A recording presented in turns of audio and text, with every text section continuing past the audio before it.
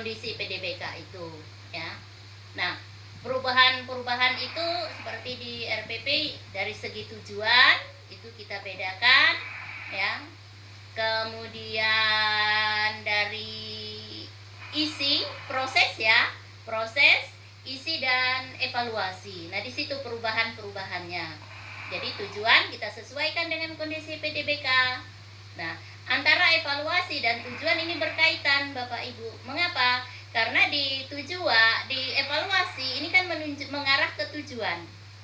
Kalau di tujuan PDBK-nya hanya mampu menyebutkan ini. Di evaluasinya juga berarti sebutkan ini. Nah, seperti itu. Jadi berkaitan antara tujuan dan evaluasi.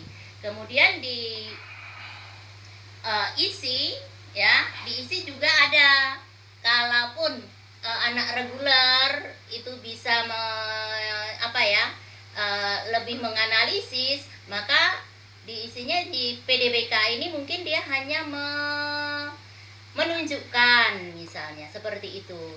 Di proses, nah ini yang secara khusus artinya sesuai RPP, karena RPP-nya khusus untuk yang PDBK, jadi dalam proses pun perlakuan kita secara khusus ya, menyampaikan materi ini untuk PDBK ini bagaimana. Nah, itu sesuai dengan RPP yang sudah kita buat. Nah, kemudian RPP juga memudahkan guru dalam menentukan media yang tepat untuk PDBK. Ini sudah pasti Bapak Ibu. Karena sebelum kita mengetahui ada RPP akomodatif khusus untuk PDBK, media kita satu aja di kelas. Nah, setelah kita mengetahui, oh iya, untuk PDBK ini misalnya ya, sekarang kemarin baru saya masuk di kelas 7.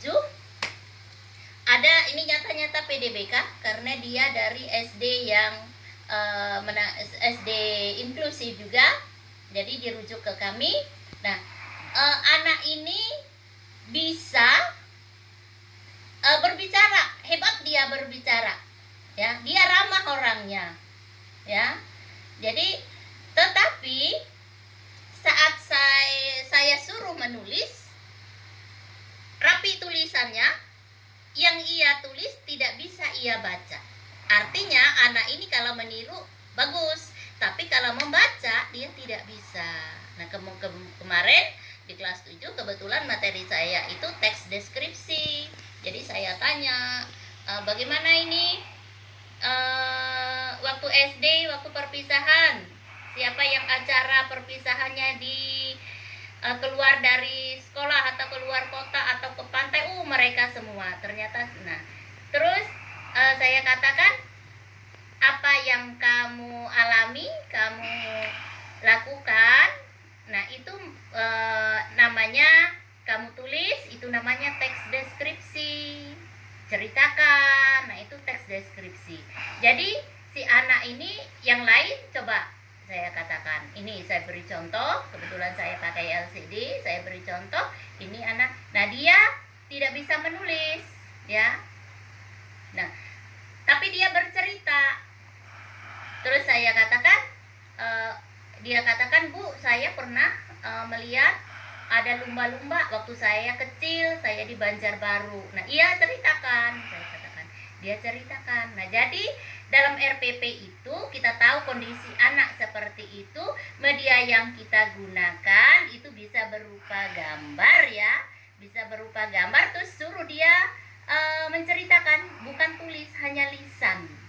Nah, inilah gunanya RPP itu. Nah, kemudian memudahkan kita guru juga dalam penanganan atau teknik pembelajaran pada PDBK dan siswa reguler. Nah, ini yang agak kesulitan Bapak Ibu ya.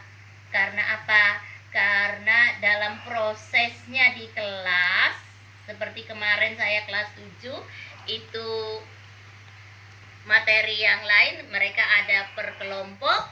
Untuk PDBK ini saya taruh dia duduk di depan ya.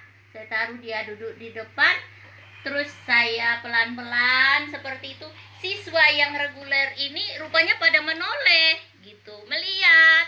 Loh, itu kenapa kenapa itu ini? Karena mereka baru kelas 7, tidak terbiasa.